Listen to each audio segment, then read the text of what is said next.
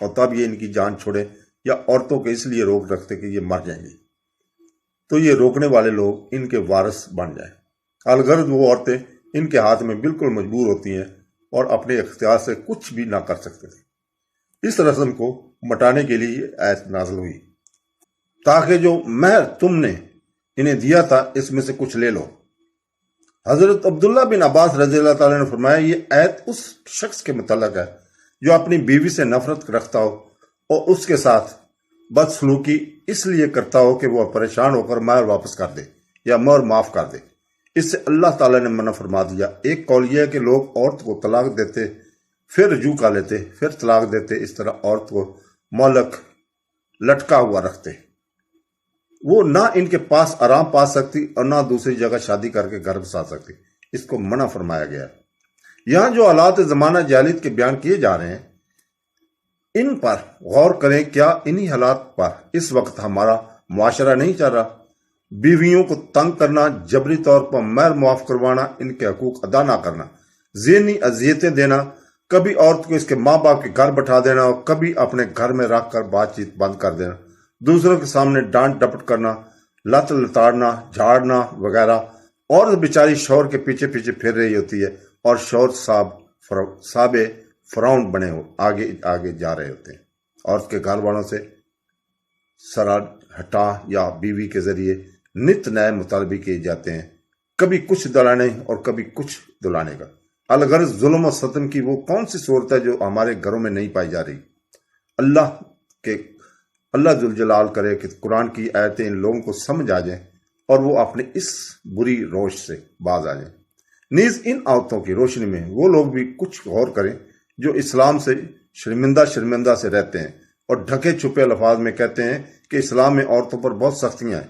وہ دیکھیں اسلام میں عورتوں پر سختیاں کی گئی ہیں یا انہیں سختیوں سے نجات دلائی گئی ہے۔ گھروں کو امن کا گوارا بنانے کے لیے ایک بہت عمدہ نفسیاتی طریقہ بیان کیا جا رہا ہے۔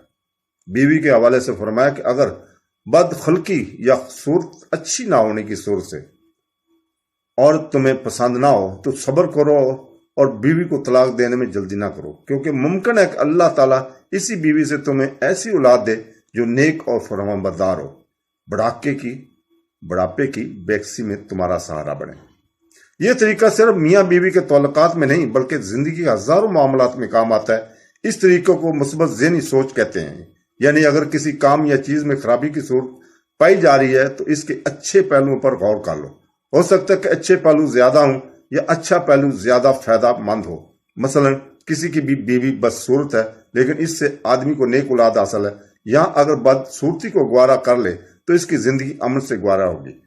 لیکن اگر طلاق دے دو تو نتیجہ یہی نکلے گا کہ بیوی تو چھوٹ ہی جائے گی لیکن اس کے ساتھ بچے بھی چھوٹ جائیں گے، اور ساری زندگی ایسی تلخیوں، ذہنی اذیتوں اور اولاد کے حصول کی جنگ اور حقوق کی لڑائی میں گزرے گی کہ وہ 14 طبق روشن ہو جائیں گے۔ یوں ہی کسی آدمی کو ادارے میں رکھا ہوا ہے جو کسی وجہ سے ناپسند ہے لیکن اس کی وجہ سے نظام بہت عمدہ چل رہا ہے۔ اب اس آدمی کو رکھنا اگرچہ پسند نہیں لیکن صرف ناپسندگی کی وجہ سے اسے نکال دینا پورے نظام کو تباہ کر دے گا، تو اسی جگہ فائد پر نظر رکھتے ہوئے اسے برداشت کر لینا ہی بہتر ہے۔ یہ 2 مثالیں عرض کی ہیں، ان کو سامنے رکھتے ہوئے زندگی کے بہت سے معاملات کو حل کیا جا سکتا ہے۔ صرف مثبت ذہن سوچ پیدا کرنے کی ضرورت ہے۔ ہماری زندگی بہت سی تلخیاں خود بخود ختم ہو جائیں گی۔ اسی مثبت ذہنی سوچ کا ایک پہلو یہ ہوتا ہے کہ آدمی پریشانیوں کی بجائے نعمتوں کے سامنے رکھے، یعنی آدمی اگر ایک تکلیف میں ہے تو اسی وقت میں وہ لاکھوں نعمتوں اور سینکڑوں کامیابیوں میں بھی ہوتا ہے، تو کیا ضرورت ہے کہ پریشانی اور ناکامی کی یاد تو اپنا وظیفہ بنا لے اور خوشی اور کامیابی کو بھولنے سے بھی سوچے۔ اس نسخے پر عمل کر کے دیکھیں، انشاءاللہ تعالی زندگی میں خوشیاں ہی خوشیاں بھر جائیں گی۔ تو دوستو، اللہ تعالیٰ آیت نمبر 20 میں فرماتا ہے، جس کا ترجمہ ہے، اور اگر تم ایک بیوی کے بدلے دوسری بیوی بدلنا چاہو اور تم اسے ڈھیروں مال دے چکے ہو تو اس میں سے کچھ واپس نہ لو، کیا تم کوئی جھوٹ باندھ کر اور کھلے گناہ کے مرتکب ہو کر بولو گے؟ چونکہ عورتوں کے حقوق کا بیان چل رہا ہے، یہاں مزید ان کے حقوق بیان فرمائے گئے ہیں۔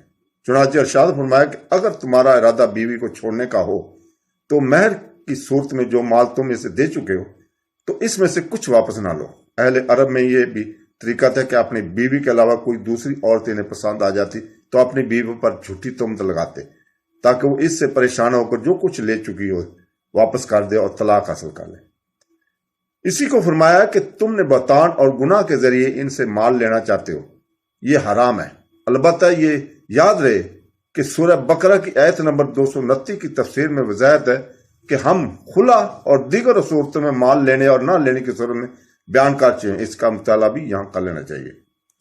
اس آیت میں ڈھیروں مال دینے کا ذکر ہے، اس سے ثابت ہوتا ہے کہ زیادہ مہر مقرر کرنا جائز ہے، اگرچہ بہتر کم مہر ہو یا اتنا مہر کہ جس کی ادائیگی آسان ہو۔ حضرت سیدنا عمر فاروق صلی اللہ علیہ وسلم نے ایک مرتبہ برس ممبر فرمایا، عورت کی مہر زیادہ نہ مقرر کرو۔ ایک عورت نے یہی آیت پڑھ کر کہا، اے امیر المومنین، اللہ ہمیں دیتا ہے اور آپ منع کرتے ہیں۔ اس پر حضرت عمر فاروق رضی اللہ تعالیٰ نے فرمایا، اے عمر، تم سے ہم شخص زیادہ سمجھدار ہے۔ اے لوگو، تم جو چاہو مہر مقرر کرو۔ سبحان اللہ، حضرت عمر رضی اللہ تعالیٰ عنہ کی شان انصاف اور طہارت نفس کس قدر اعلیٰ تھی۔ اللہ تعالیٰ ہمیں ان کی پیروی کی توفیق عطا فرمائے، آمین ثم آمین۔ اللہ حافظ۔